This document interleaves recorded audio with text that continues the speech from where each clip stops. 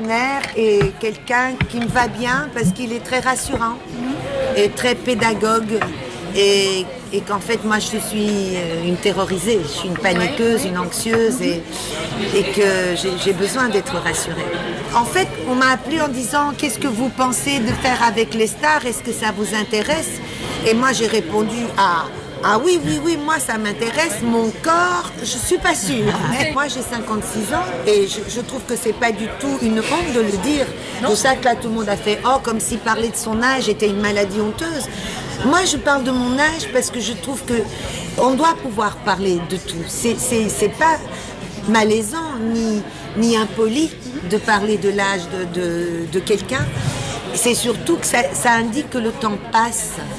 Et que quand le temps passe, il faut, si vous voulez qu'il vous reste ami, il faut accompagner ce temps.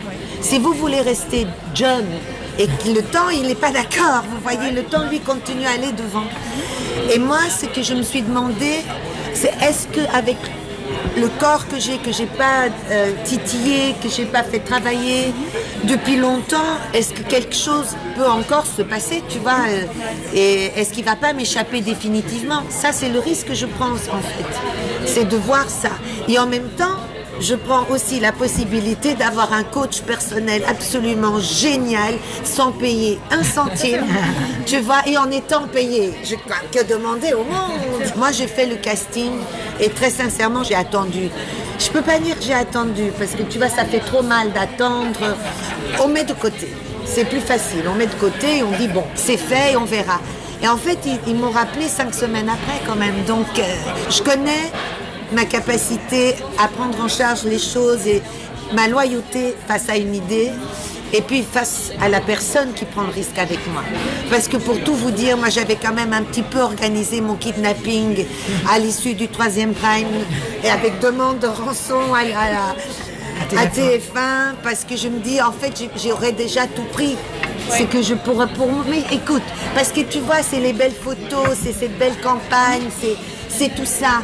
Je pensais pas le reste et évidemment c'est pas comme ça que ça se passe. Ce que je redoute c'est la capacité d'encaisse au moment où on est tellement à fleur de peau en fait, on est vulnérable.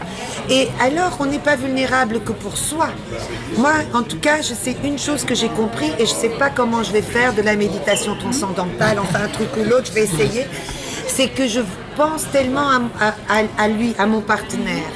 Et ça c'est terrible parce que du coup, dès que je rate un pas, je le regarde, je lui pardon. C'est embêtant, tu vois, à un moment. Ma force c'est que j'aime la vie.